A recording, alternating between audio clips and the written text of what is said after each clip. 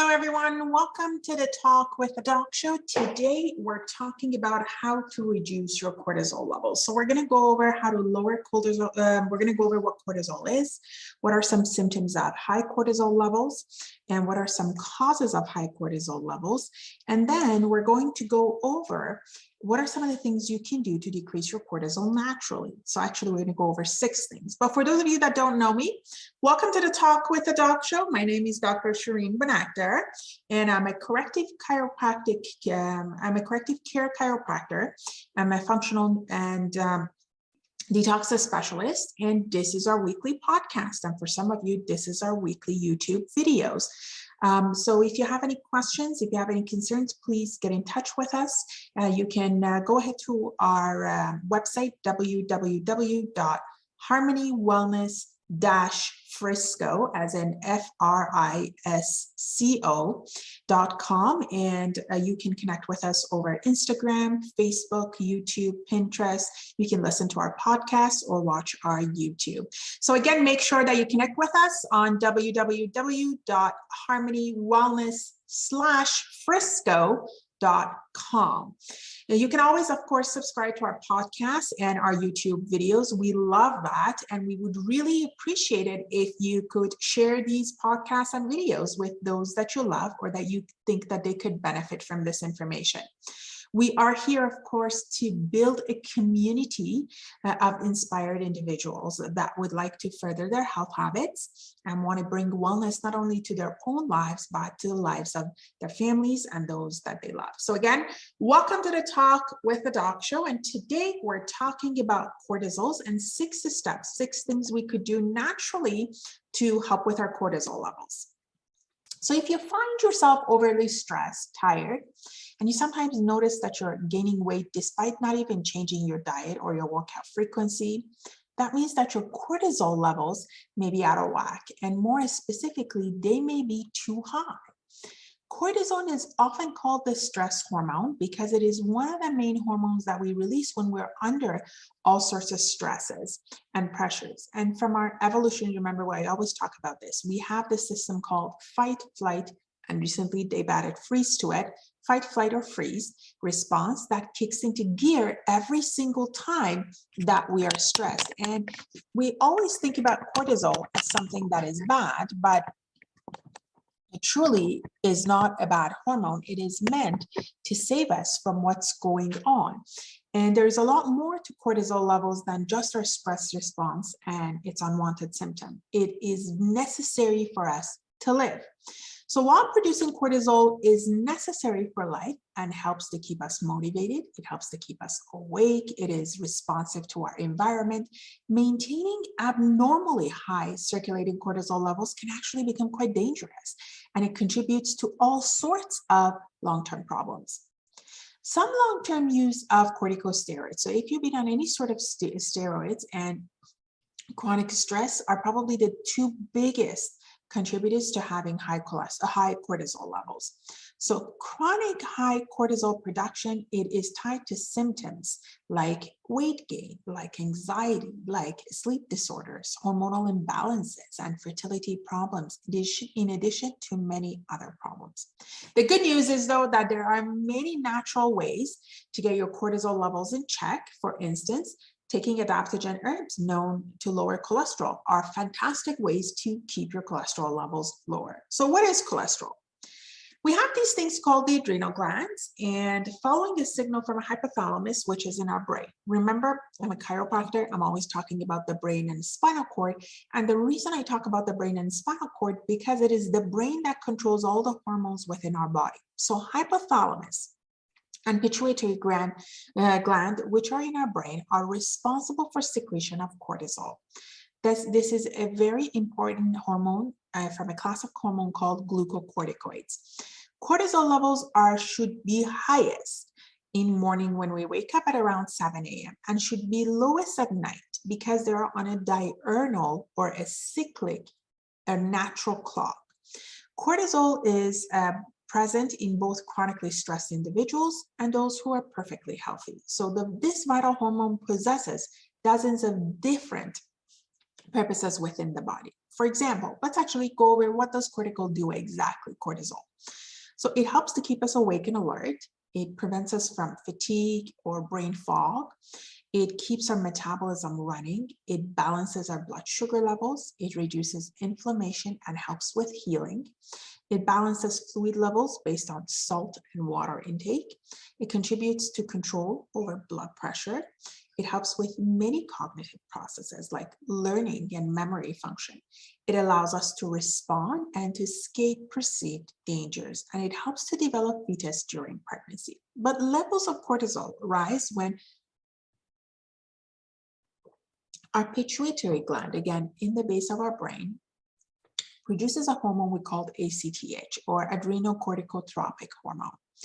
And this ACTH goes in and signals the adrenals, that are two glands on top of our kidney. It signals them to produce cortisol. Now, what are some of the things that can cause our cortisol levels to go up? Cortisol levels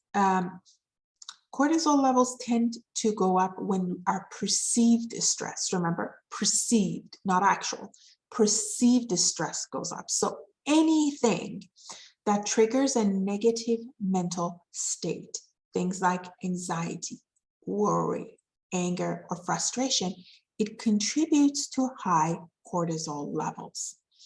High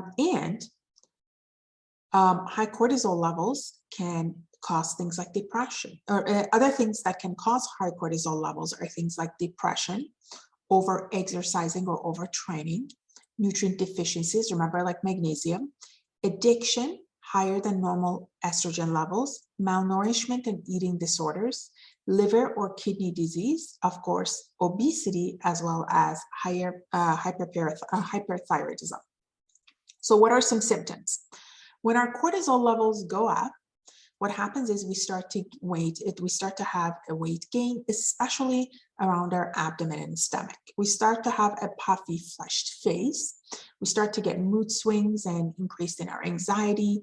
If you're having trouble sleeping normally, then your cortisol levels may be up. If you're having irregular periods and fertility, then that could be from chronic stress.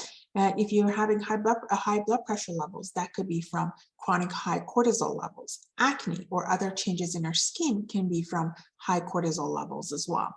Muscle aches and pains, changes in our libido due to changes in estrogen or decreased testosterone, excessive thirst, increased urination, and of course, a higher susceptibility to infections. So how do we lower our cortisol? Let's see what we need to do in order to lower our cortisol. Number one, you want to switch to a whole food anti-inflammatory diet. Okay, don't jump the gun. I have tons of videos lined up for you, and I am going to go into different aspects of anti-inflammatory diet. Just give me some time. We're going to talk about all of it.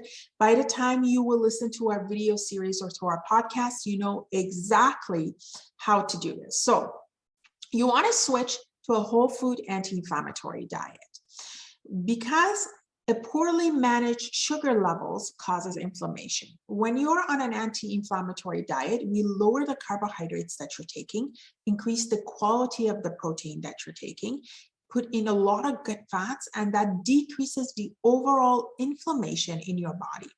And because it's inflammation that leads to high cortisol levels, when you start to decrease the inflammation, guess what happens to the cortisol levels? It starts to decrease, and it starts to help to balance the hormones. It controls your cravings. It starts to get you into the right track. So what are some of the significant dietary changes you should look at? You should, during an anti-inflammatory diet, we take you off from anything that is high glycemic, anything that's high sugar. So what are some of those? This means you should avoid eating packaged foods, refined grain products, sugary drinks, snacks. You want to, if you're consuming a lot of refined and trans fats, then that'll contribute to inflammation. If you're drinking too much coffee and alcohol, that'll contribute to inflammation. If you're not consuming enough fiber, that'll contribute to inflammation. So instead, we're going to switch you to a low glycemic diet that includes a lot of healthy fats and proteins with every single meal. You want to make sure that you get a lot of fiber. Fiber is so important to make sure that your gut and brain axis is working well, that your liver is detoxing properly. And phytonutrients by eating a lot of fresh veggies, fresh fruits, and some of the most useful foods for lowering cholesterol and stabilizing blood sugar include things like vegetables, coconut or olive oil, nuts, seeds, lean proteins like eggs, fish, and grass-fed beef, and probiotic food like yogurt, kefir, or cultured veggies. Number two is we really have to learn to manage stress. It is an art to manage your stress in this day and age, because chronic stress is now linked with just about every single health problem that's there. Stress affects most people at least to some degree. And you know what? To some degree, it impacts their health as well by sending chemical signals around the body, including the heart, the blood vessels, the immune system, the lungs, the digestive system, to the organs, to the brain. And it has the power, stress has the power to increase your breathing, increase your heart rate, increase your pain, cause muscle tension, cause overeating, and cause sleep-related problems. So fortunately, the stress management is something that you can begin without too much trouble. All right, so we talked about meditation and mindfulness before. We talked about doing a prayer before going to bed. We've talked about journaling.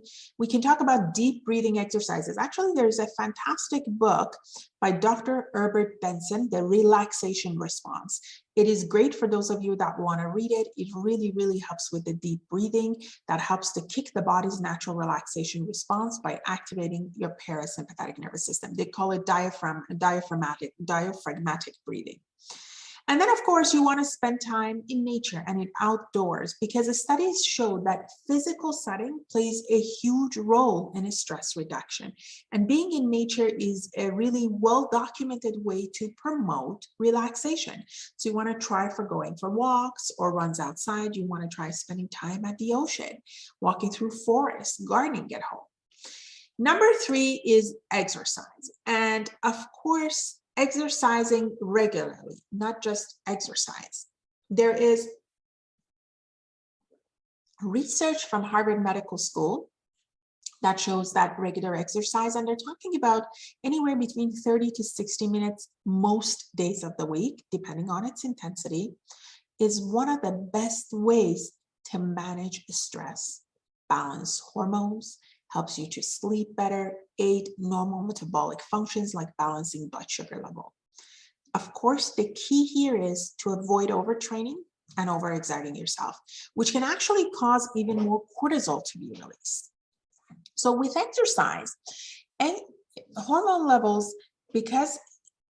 so this is what exercise does. It temporarily increases your adrenaline and cortisol production, which are your stress hormones, but it generally helps to bring them down to normal afterwards. And this cycle actually helps your body to better handle stress and gives your autonomic nervous system. Again, remember, I'm a chiropractor, and brain and nervous system is so important, and we keep going back to the nervous system all the time.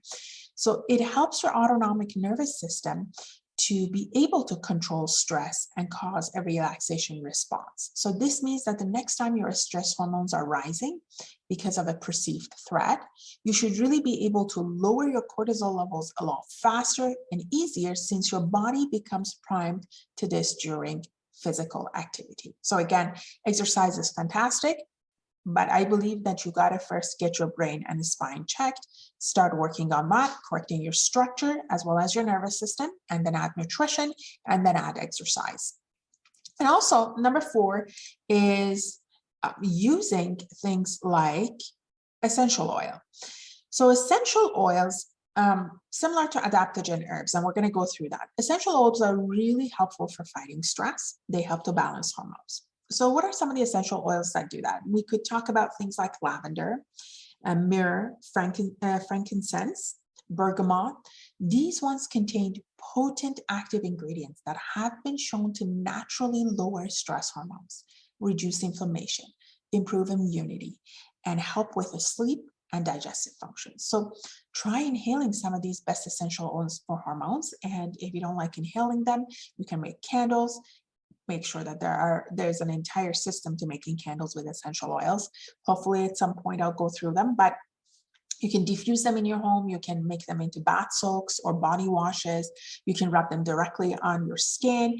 Again, you could put them in a carrier oil, and you could burn them as candles as well. I've seen them, although that's not my favorite. I think diffusing them is probably one of my favorites. You want to make sure that you get enough sleep. So getting enough sleep really helps our cortisol production, because high cortisol levels can make it very hard to rest. We become completely awake. And in normal people that are able to handle the stress, the cortisol levels decrease in the evening and start increasing towards the morning, so that you have a sleep and wake cycle. And people who develop high cortisol levels, what happens is they wind up feeling the opposite. They are really wired and anxious at night, but really fatigued during the day, so they can't sleep well at the times that they're supposed to. This overactivity of the adrenal glands is one of the biggest signs of adrenal fatigue and sometimes Cushing syndrome. So making sure that you get enough sleep is another way to do it. Of course, we talk about adaptogens and superfoods all the time. So let me just touch on that before we go. Things like ashwagandha, licorice root, holy basil, medicinal mushrooms, and rhodiola are fantastic herbs to take when it comes to lowering your cholesterol levels. So for those of you that have been listening, thank you for listening to the Talk with the Doc show. My name is Dr. Shireen Banakdar. I am a corrective care chiropractor, functional nutrition and detox specialist, and this is our weekly podcast and our weekly YouTube video. Please connect with us. The easiest way to connect with us is to go to our website, and then you can follow us on any of our channels.